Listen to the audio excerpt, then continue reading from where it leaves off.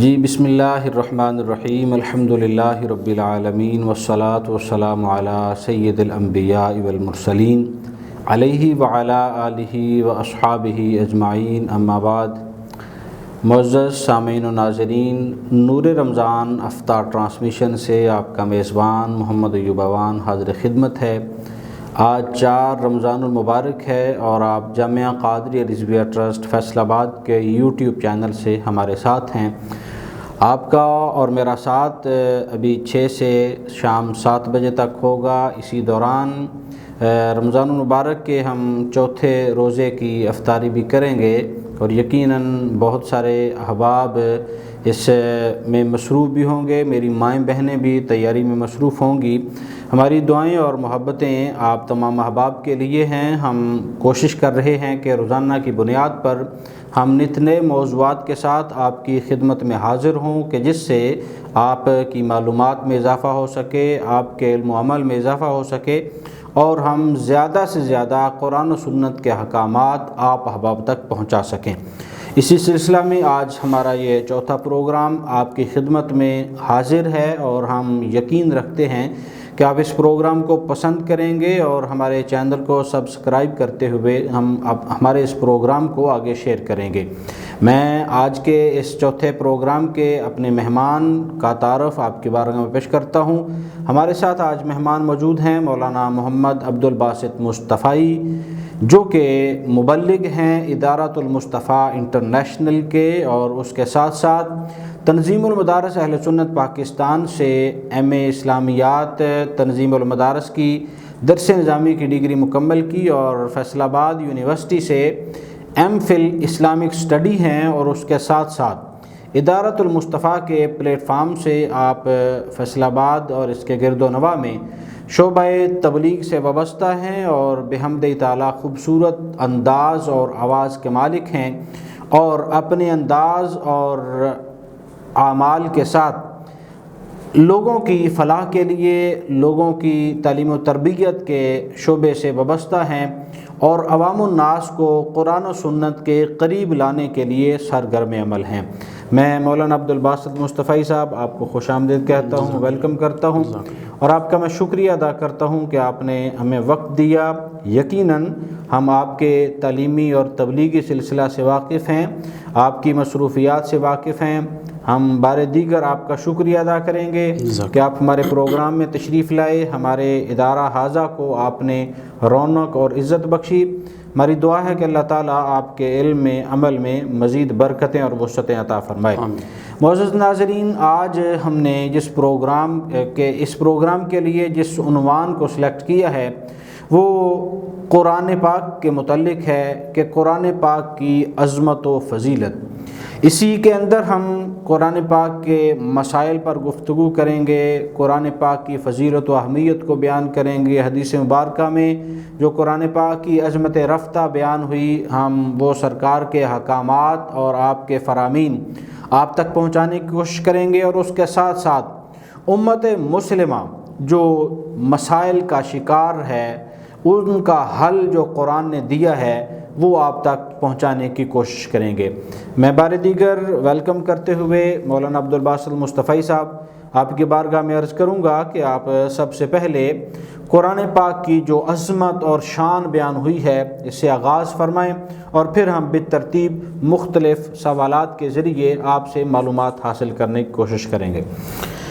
الحمدللہ رب العالمین والصلاة والسلام علی سید الانبیاء والمرسلین، اللہم صل علی سیدنا و مولانا محمد وانزلہ المقعد المقرب عندک یوم القیامہ۔ الحمدللہ، اللہ کی ذات کا لاکھ لاکھ شکر ادا کرتے ہیں کہ اللہ تعالیٰ نے ہمیں زندگی میں ایک بار پھر رمضان المبارک کی پر نور ساعتیں جو ہیں وہ دیکھنا نصیب کی ہیں، اور الحمدللہ ایک عظیم علمی درسگاہ جامعہ قادریہ رضویہ میں آج ہم موجود ہیں، اور رمضان ٹرانسمیشن کے حوالہ سے آج ہماری سیٹنگ ہے۔ میں دعا کرتا ہوں کہ اللہ تعالیٰ اس جامعہ کو اور آپ سب کو اور آپ سب کی ٹیم کو اس رمضان کی بہاریں نصیب فرمائے۔ آمین آمین، جزاک اللہ۔ آپ نے جو سوال کیا کہ قرآن مجید کی عظمت کیا ہے، قرآن مجید کی اہمیت کیا ہے، فضیلت کیا ہے، اس میں تو کوئی دوسری رائے ہی موجود نہیں ہے کہ اس وقت جس دور میں ہم زندگی گزار رہے ہیں، سب سے بلند و بالا جو کتاب ہمارے ہاتھوں میں موجود ہے جی وہ قرآن مجید فرقان حمید ہے۔ بے شک بے شک۔ اور اس کی اہمیت کا اندازہ آپ اس بات سے لگا سکتے ہیں کہ خود ذات رسالت مآب صلی اللہ تعالیٰ علیہ وسلم سے حضور کے ایک صحابی ہیں حضرت ابو ذر غفاری رضی اللہ تعالیٰ عنہ۔ جی یہ حضور کے وہ صحابی ہیں جن کو مسیح الاسلام کا لقب دیا گیا ہے، ماشاءاللہ سبحان اللہ۔ اور حضرت عمر فاروق رضی اللہ تعالیٰ عنہ جیسے جلیل القدر صحابی جی ان کو کہا کرتے تھے کہ ابو ذر، تم نے دنیا سے اتنی کنارہ کشی اختیار کی ہے کہ تو نے بعد میں آنے والے لوگوں کو مشکل میں ڈال دی ہے۔ اس قدر یہ دنیا سے کنارہ کش تھے حضرت ابو ذر غفاری رضی اللہ تعالیٰ عنہ۔ اللہ اکبر۔ تو حضرت ابو ذر غفاری رضی اللہ تعالیٰ عنہ نے حضور کی بارگاہ میں عرض کی، یا رسول اللہ مجھے کو وصیت فرما دیں۔ ماشاءاللہ۔ تو آقا علیہ الصلوۃ والسلام نے ارشاد فرمایا، علیک بتقوی اللہ، اے ابو ذر غفاری تقوی اختیار کرو، جی فإنہ رأس الامر کلی، کیونکہ تقوی ہر چیز کی اصل ہے، ہر چیز کی جڑ ہے۔ جی عرض کی زدنی یا رسول اللہ، حضور اس میں مزید اضافہ فرما دیں۔ تو آقا علیہ الصلوۃ والسلام نے ارشاد فرمایا، علیک بتلاوت القرآن، کہ پھر تو اللہ کا قرآن پڑھا کر، ماشاءاللہ قرآن مجید کی تلاوت کیا کر۔ فإنہ نور لک فی الارض وذخر لک فی السماء، کیونکہ قرآن مجید کی تلاوت کرنا یہ زمین میں تمہارے لیے نور ہے اور آسمان میں تمہارے لیے ذخیرہ ہے۔ سبحان اللہ۔ تو قرآن مجید کی اہمیت، قرآن مجید کی فضیلت کیا ہے کہ خود ذات رسالت مآب صلی اللہ تعالی وسلم نے کہہ دیا کہ اس کی تلاوت کرو۔ خود حضور جانے جانا رحمت عالم صلی اللہ علیہ وسلم نے اس کی ترغیب دلائی۔ بلکہ دیکھیں ایک اور روایت اس پر میں رکھنا چاہوں گا، حضرت سیدنا عبداللہ ابن عمر رضی اللہ تعالیٰ عنہ، یہ بھی ایک جلیل القدر صحابہ میں ان کا نام آتا ہے۔ حضرت عبداللہ ابن عمر رضی اللہ تعالیٰ عنہ نے عرض کی، یا رسول اللہ،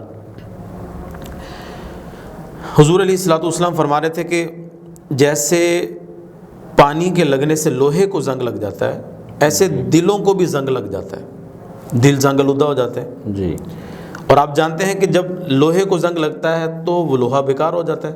ایسے اسی طرح جب دل زنگ آلودہ ہو جاتے ہیں، جب دلوں کو زنگ لگ جاتا ہے تو پھر وہ دلوں میں جو ایک روحانیت ہونی چاہیے یا اللہ کے ساتھ ایک تعلق ہونا چاہیے، وہ تعلق مان پڑ جاتا ہے۔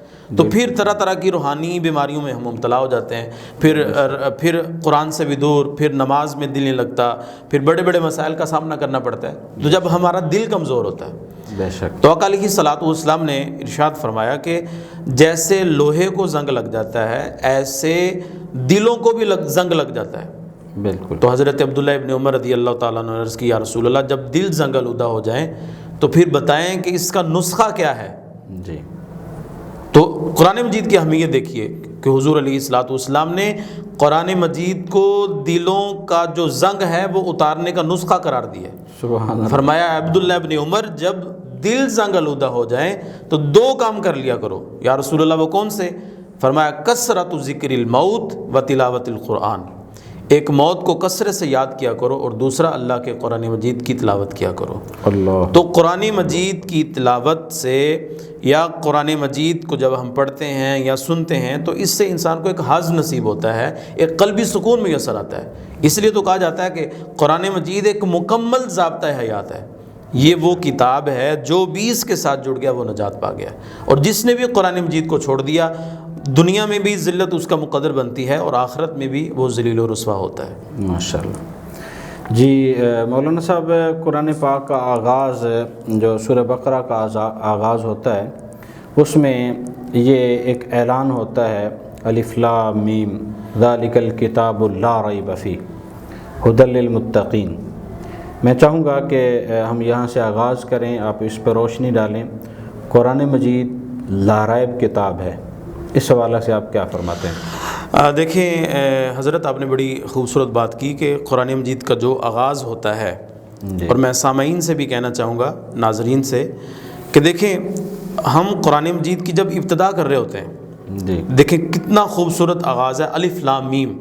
جی اب اس میں دیکھیں ایک تو یہ ہے کہ اس کا جو معنی اور مفہوم ہے، علماء اس پر کلام کرتے ہیں، بات کرتے ہیں، وہ کہتے ہیں کہ سر بین اللہ و رسولی، یہ اللہ اور اس کے رسول کے درمیان راز کی باتیں ہیں، یہ جو حروف مقطعات ہیں صورتوں کے آغاز میں جو آتے ہیں۔ بالکل صحیح۔ اور دیکھیں قرآن مجید فرقان حمید کا جب ہم آغاز کر رہے ہیں، ابتدا کر رہے ہیں، جی، تو ابتدا ہی میں ہمیں یہ اعلان کر دیا گیا، ہمیں بتا دیا گیا ذالک الکتاب لا ریب فیہ، جی، یہ وہ کتاب ہے جس میں کسی بھی قسم کے شک کی گنجائش ہی نہیں ہے۔ ہم مارکیٹ میں جاتے ہیں، مختلف علوم و فنون پر مشتمل کتب لیتے ہیں، ہمارے جو بچے ہیں وہ بہت سارے علوم و فنون پر دسترت حاصل کرتے ہیں یا علوم و فنون حاصل کرتے ہیں، مختلف قسم کی کتابیں لیتے ہیں، کتاب کے آغاز میں یا کتاب کے آخر میں، جی، تو یہ جملے ہمیں بعض اوقات وہ رائٹر کی طرف سے یا بعض اوقات جو طباعت کر رہے ہیں ان کی طرف سے، اس کمپنی کی طرف سے لکھے ہوئے نظر آتے ہیں کہ اس کو بار بار پڑھا گیا ہے، لیکن پھر بھی اس میں کسی جگہ آپ غلطی دیکھیں تو آپ ہمیں نشاندہی کر دیں تاکہ اگلے ایڈیشن میں وہ غلطی ٹھیک کیا جا سکے۔ بے شک۔ لیکن یہ اعجاز صرف قرآن مجید کا ہے۔ ابھی ہم نے کتنی صورتیں پڑھی ہیں؟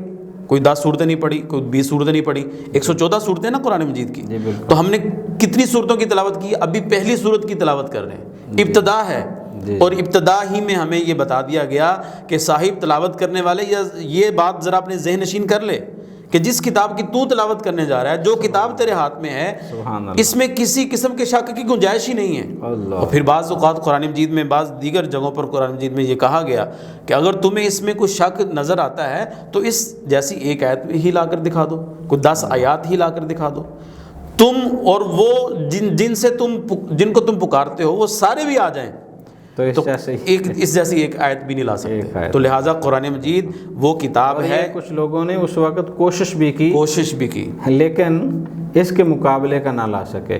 وہ آپ جانتے ہیں کہ یہ حکم ہوا کہ وَإِن تَفْعَلُوا، وہ جیسے آپ جانتے ہیں کہ قرآن مجید کی جو سورت کوثر جب نازل کی گئی تھی تو آقا علیہ الصلوۃ والسلام نے کہا کہ اس کو خانہ کعبہ کے اوپر لٹکا دیا جائے، اویزہ کر دیا جائے۔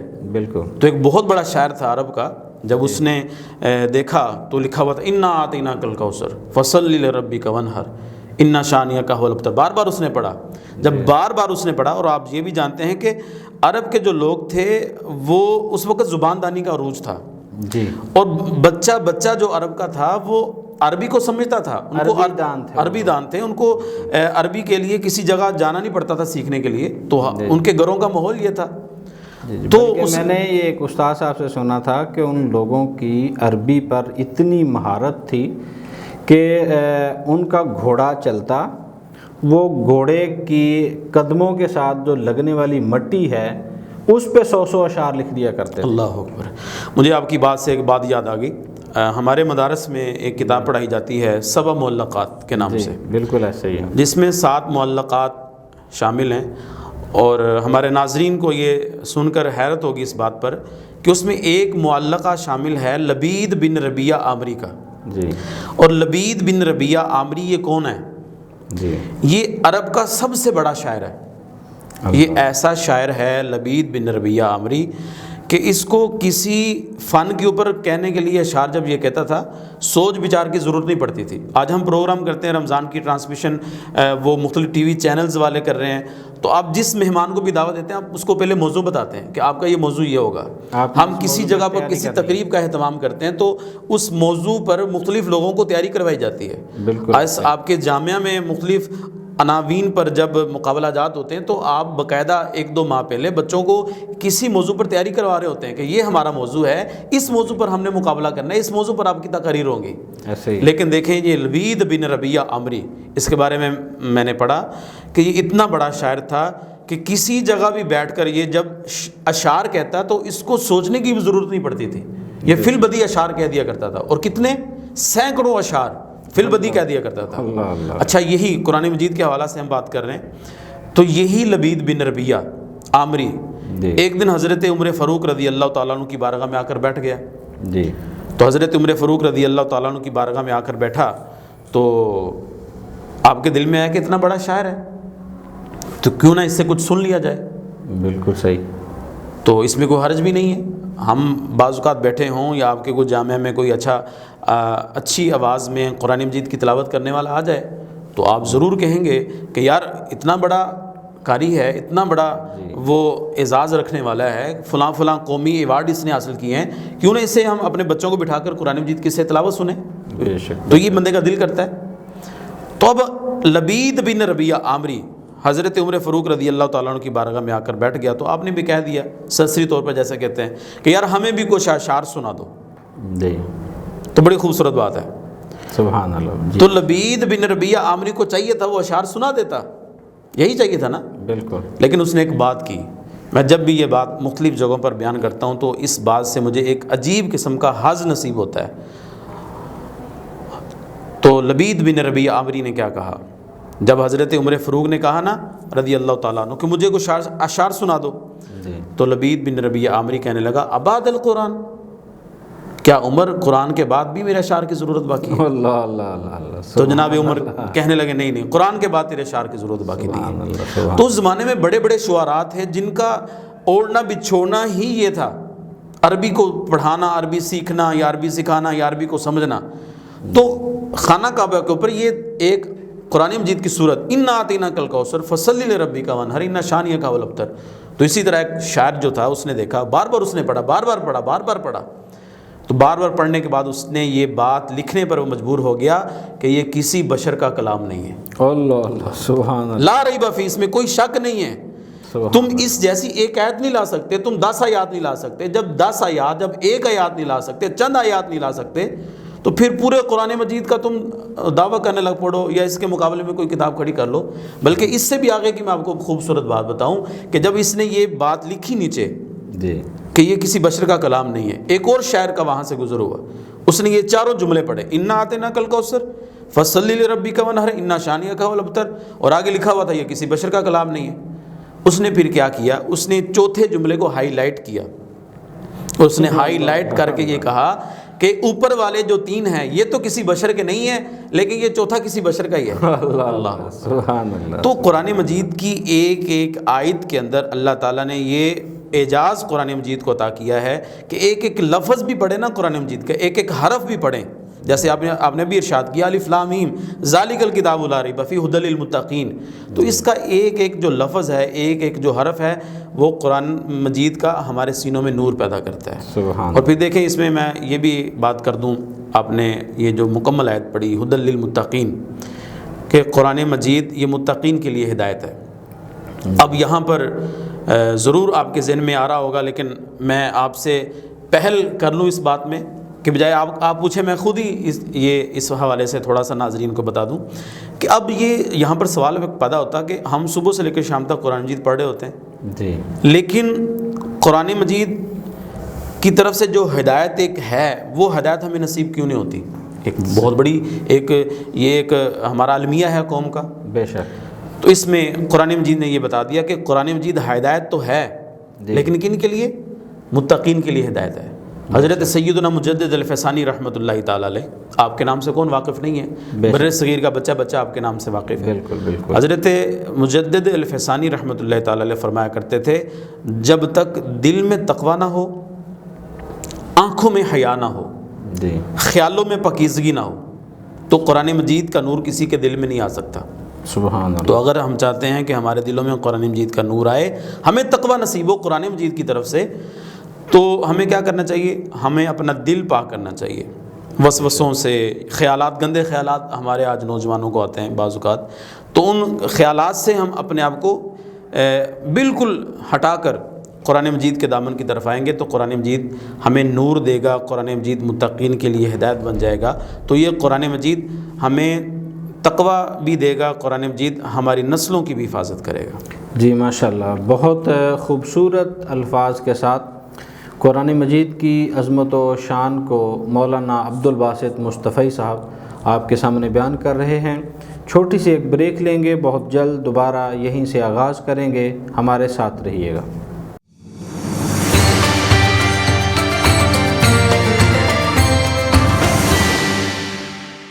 جی ویلکم بیک، خوش آمدید ایک مرتبہ پھر نور رمضان افطار ٹرانسمیشن کے اس چوتھے پروگرام میں آپ کی خدمت میں حاضر ہیں۔ قرآن پاک کی عظمت، شان، اس کی فضیلت و اہمیت اور اس کے مسائل پر ہمارے ساتھ آج گفتگو کے لیے شریک گفتگو ہیں مولانا محمد عبدالباسط مصطفی، جو انتہائی دھیمے انداز میں خوبصورت گفتگو کرنے کا ملکہ رکھتے ہیں۔ میں آپ سے یہ عرض کروں گا کہ آپ نے جیسے بڑے خوبصورت الفاظ میں وقفے سے پہلے اس کی فضیلت و اہمیت پر بات کی، میں چاہوں گا کہ آپ ہمارے ناظرین تک اس کے جو آداب ہیں، تلاوت قرآن کے جو آداب ہیں اور اس آداب سے جڑے ہوئے جو مسائل ہیں ان پر اپنے ارشادات فرمائیں۔ بسم اللہ الرحمن الرحیم۔ قرآن مجید کی تلاوت کے جو آداب ہیں ان پر مفصل گفتگو کی جا سکتی ہے جی، لیکن چونکہ یہ ایک رمضان ٹرانسمیشن ہے اور اس پر بہت ساری چیزیں ہم نے ڈسکس کرنی ہیں، تو میں مختصر یہی عرض کرنا چاہوں گا کہ قرآن مجید کی تلاوت کے جو آداب ہیں ان میں سر فہرست جو چیز ہے وہ یہ ہے کہ صحت لفظی کے ساتھ قرآن مجید کی تلاوت کی جائے۔ جی صحیح،